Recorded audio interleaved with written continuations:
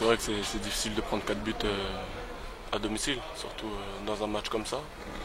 Après, on a pris 2 buts assez rapprochés sur des erreurs de notre part qu'on aurait pu éviter. Après, en seconde de début de période, on était mieux. On s'est découvert, c'est ce qui a amené le troisième but. Je pense que c'est celui-là qui nous tue, vraiment. Après le quatrième but, et bon, faut montrer qu'on a montré un peu de réaction avec les 2 buts qu'on a marqués en fin de match. Bon, de derrière, ouais, est-ce que tu as vu que l'équipe était pas bien en place quand même, hein, notamment en première période, parce que vos coéquipiers avaient du mal à trouver les espaces, hein, pour mettre en difficulté l'USBCO. C'est vrai, mais il faut dire la vérité que Boulen était bien en place aussi.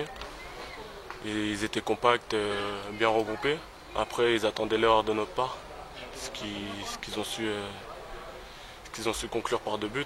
Après, c'est vrai, vu de derrière, je pense que malgré les 2 buts qu'on a pris, on a continué à jouer. On a essayé de produire du jeu, de repartir de derrière, pas balancer. Et il y a du positif quand même si prendre 4 buts à domicile, c'est difficile. Bon, il faut réagir à Belfort maintenant, hein. Derby en vue, il faut cette première victoire pour le déclic, c'est ce qu'on se dit? Tout à fait, surtout pour nous, pour le club, pour les supporters, c'est un match important à Belfort.